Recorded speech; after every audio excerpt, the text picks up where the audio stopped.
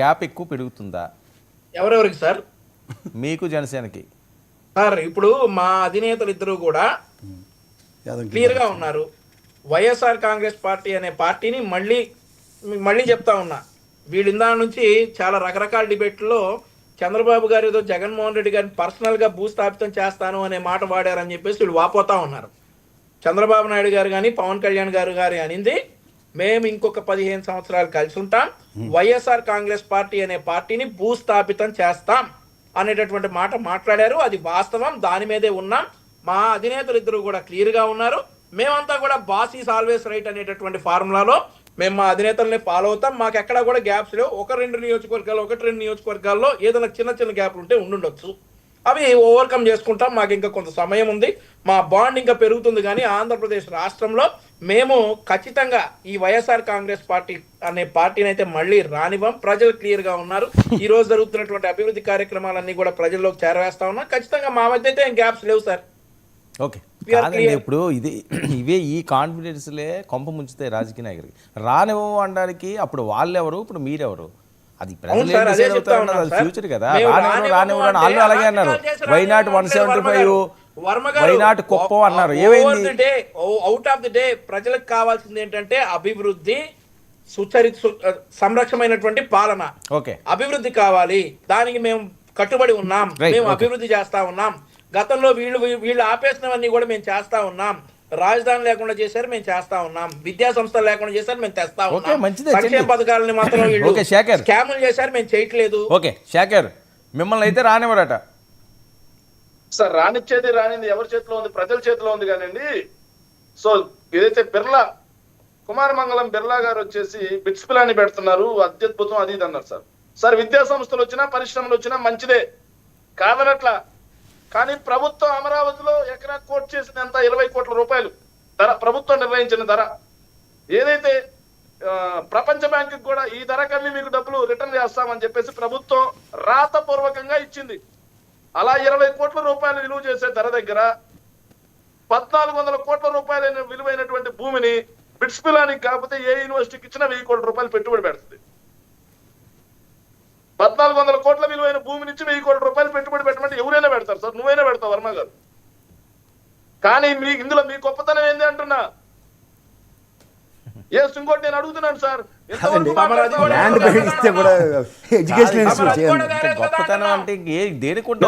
అంటే 1400 కోట్ల భూమి ఎడ్యుకేషన్ ఇన్స్టిట్యూట్ అయితే మాత్రం 1400 కోట్ల విలువైన భూమి సార్. లాట్స్ ఏం విట్స్ కి ఆటకి ఇచ్చినప్పుడు కూడా అదే రేట్లు తీసుకున్నారు సార్.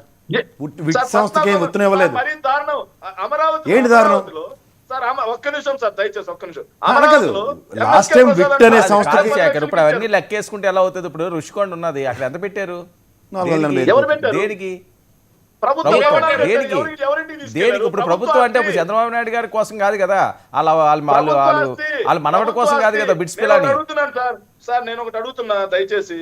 జియో ఆర్టీ నెంబర్ 676 నిన్న ఇచ్చిన జియో పెయింట్లకి, ఎలక్ట్రిసిటీ వర్క్ కి, ప్లంబింగ్ వర్క్ కి ఒక్కొక్క ఫ్లాట్ కి 1,20,00,000 రూపాయలు ఎట్లా అడ్మినిస్ట్రేషన్ శాంక్షన్ ఇచ్చారు? అదే అంటున్నాను. విశాఖలో ప్యాలెస్ కి ఎంత అయ్యింది, దేనికి ఎంత ఖర్చు పెట్టారు, బాత్రూమ్లకి ఎంత అయిందని, ఎంత పెద్ద వైర్లు అయినాయి అవి, అది ఏం చెప్తాం? కానివ్వండి సార్, చూపిమండి మరి. విశాఖలో అత్యధిక భవనాలు, సుందరమైన భవనాలు వేశారు. ఏదైతే జగన్మోహన్ రెడ్డి గారి భవనాలు అన్నారు, అప్పటి నుంచి ఇప్పటివరకు జగన్మోహన్ రెడ్డి గారికి రిజిస్ట్రేషన్ చేసి లేదు. ప్రభుత్వ భవనాలు, వాటిని ఎట్లా వాడుకోవాలో కూడా చేతగాని దద్దమ్మ ప్రభుత్వం ఇది. అందుకే వాటిని అలా వదిలేసి ఇప్పటికి ఇట్లా చేస్తా ఉన్నారు. ఇప్పుడు కూడా స్క్వేర్ ఫీట్ మొన్న 8,500 అంటే ఆశ్చర్యపోయాం నిర్మాణ కన్స్ట్రక్షన్ కాస్ట్. ఈ రోజు వచ్చేసి ఈ ఎలక్ట్రికల్ ప్లంబింగ్ వర్క్ కి ఫ్లాట్ కి 1,20,00,000 రూపాయలు. వీటి గురించి ఎవరు మాట్లాడరు, సమాధానం చెప్పరు వంశీకృష్ణ లాంటి వాళ్ళు. కానీ ఆహా ఓహో అని వేస్తారు. జగన్మోహన్ రెడ్డి గారు కానీ పెండింగ్ లో ఉన్న ప్రాజెక్టులన్నీ ఫినిష్ చేస్తామన్నట. శరవేగంగా నడిచిన పోర్ట్లు ఆగిపోయాయి, మెడికల్ కాలేజీలు ఆగిపోయినాయి, నాడు నేడు స్కూల్స్ ఆగిపోయినాయి. వాటి గురించి చెప్పాలి మీరు. ఏమి లేదు అక్కడ. వెళ్ళి ఒకసారి రామాయపట్నం పోర్టు దగ్గరికి వెళ్ళి కనుక్కోండి. మీ నాయకులు లంచాల పోరు భరించలేక పనులు ఆపేశారు ఆడ. ఇంకా సార్ తిరుత్తని వేణుగోపాల్ గారు మాట్లాడుతున్నారు సార్. దయచేసి ఆపొద్దు సార్. నిజంగా జనసేన పార్టీ వాళ్ళకి రౌడీలు, గూండాలు, అత్యాచారాలు చేసేవాళ్ళు ఈ మాటలు మాట్లాడే నైతిక హక్కు లేదు. జనసేన పార్టీ ఒక రాజకీయ పార్టీ కాదు, ఒక దగుల్బాజీ పార్టీ.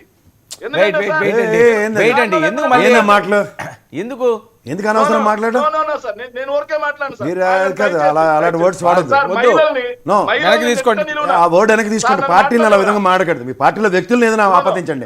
ఆ విధంగా మాట్లాడడం తప్పు. పార్టీని పార్టీ పేరుని ఆ విధంగా మీరు అవహేళించండి. నేనే చెప్పుకోను. శేఖర్ ఆ మాట విత్డ్రా చేసుకో. అలా ఇలా పబ్లిక్ డొమైన్ లో నేను ఖచ్చితంగా యాక్సెప్ట్ చేయను. వర్డ్ విత్డ్రా చేయమని. శేఖర్ పార్టీల గురించి ఆపాదించొద్దు. పార్టీల్ని మీరు ఆ విధంగా మాట్లాడడం తప్పు శేఖర్. ఆ పార్టీని ఆ పదంతో ఉచ్చరించకండి. రాజకీయ పార్టీయా సార్, దయచేసి వినండి. అది వేరే సంగతి. మీరు ఆ పార్టీకి ఆ పదంతో ఉచ్చరించడం తప్పు. నేను మొమ్మడి లేకుండా చెప్తున్నాను విషయం. సార్, మహిళల్ని నిట్ట నిలువున ముంచిన అది మాట్లాడండి మీరు, కానీ ఆ పార్టీని ఆ పదంతో సంబోధించొద్దు. ఎవరిదైనా రాజకీయ పార్టీ. నో నో నో నో మీకెందుకు నొప్పిగలుగుతా ఉంది? ఎవరికి నాకు నొప్పి కాదు. నేను విశ్లేషకుడిగా కూర్చుని మీరు పార్టీని వ్యక్తులను ఇష్టం మారితే డిబేట్లు నేను ఎప్పుడు ఎంటర్టైన్ చేయను. నాకు ఎవరైనా అనవసరం. నో నో నో మీరు ఆ మాట విత్డ్రా చేసుకోవాల్సింది Shekhar. No it's not acceptable. మీరు ఆ పార్టీ ఆ పదాన్ని వాడడం తప్పు. అలా నాట్ యాక్సెప్టబుల్. Not acceptable. నేను తీసుకోను సార్, వెనక్కి తీసుకోను ఆ మాట. అది రిజెక్షన్ వదిలేయాలి. నేను తీసుకున్నట్టు అది మూర్ఖత్వమైన వాదన అవుతుంది. 11 సీట్లు వచ్చింది. ప్రతిపక్షంలో ఉండి ఇంకా ఇలాంటి మాటలు మాట్లాడే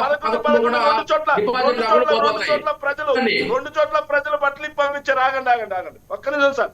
మహిళల్ని నెట్ట నిలువున ముంచిన ఆయన తిరుపతి జనసేన ఇన్ఛార్జ్, హత్య కేసులో ఇరుక్కున్న వాళ్ళు శ్రీకాళహస్తి ఇన్ఛార్జ్. సార్ ఇంకా ఏదైతే మహిళా వైద్యురాలని కూడా చూడకుండా బండబూతులు తిట్టిన వరుపుల తెమ్మయ్య బాబు ఇన్ఛార్జ్. చూడాలకి బ్యానర్లు కట్టిన ఆయన వచ్చేసి పెనమలూరు ఇన్ఛార్జ్. ఇక దళిత వైద్యుడిపై చేయి చేసుకున్న ఆయన కాకినాడ ఎమ్మెల్యే. ఇలా ఎన్ని సంఘటనలు చెప్పాలి? రౌడీలు, గూండాలు, దోపిడీకారులు, చూదరులు, హత్య కేసుల్లో ఉన్నోళ్ళు, వీళ్ళందరినీ మీ పార్టీలో పెట్టుకొని రాజకీయ పార్టీ నడిపిస్తూ వేరే వాళ్ళ పార్టీల్ని రౌడీ పార్టీ, గూండా పార్టీ ఈ మాట్లాడితే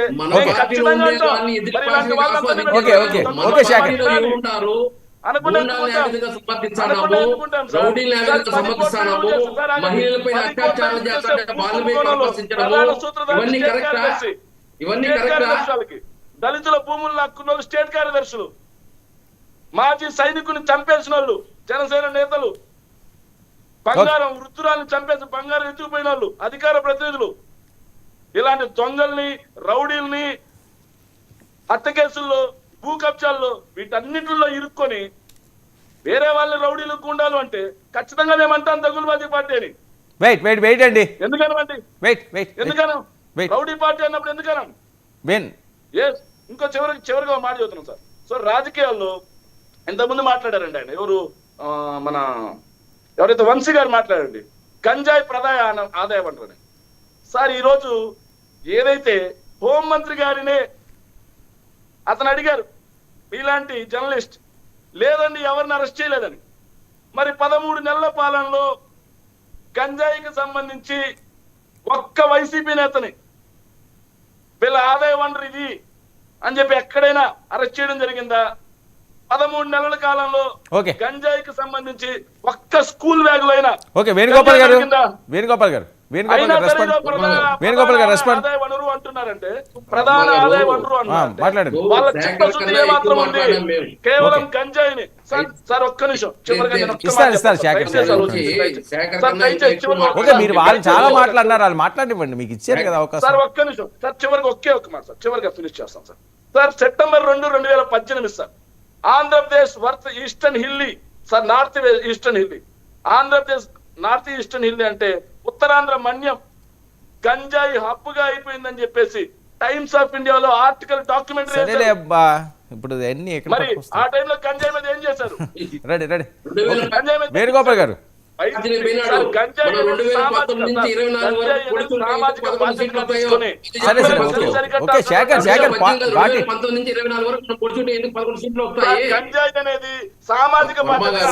సరే శేఖర్ ఓకే మాట్లాడారు కదా, వినిపించింది కదా, ఆయన మాట్లాడారు, మీరు చాలా మాట్లాడినారు కదా, ఆయన రెస్పాండ్ అవనియండి. వేణు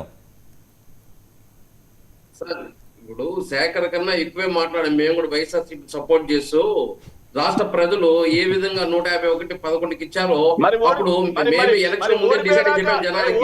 మాకు తెలిసిన ట్రావెల్ ఉండే వాళ్ళకి ఏం పరిస్థితి అరే ఒక శేఖర్ క్లాస్ టాక్ వద్దండి. ఒకటే చెప్పిస్తే కాదు. శేఖర్ క్లాస్ టాక్ వద్దు. Shekhar time waste. Class talk వద్దు. Shekhar time waste. Class talk వద్దు. వీళ్ళందరూ ఈ విధంగా మాట్లాడే పార్టీని దిగజార్చేశారు.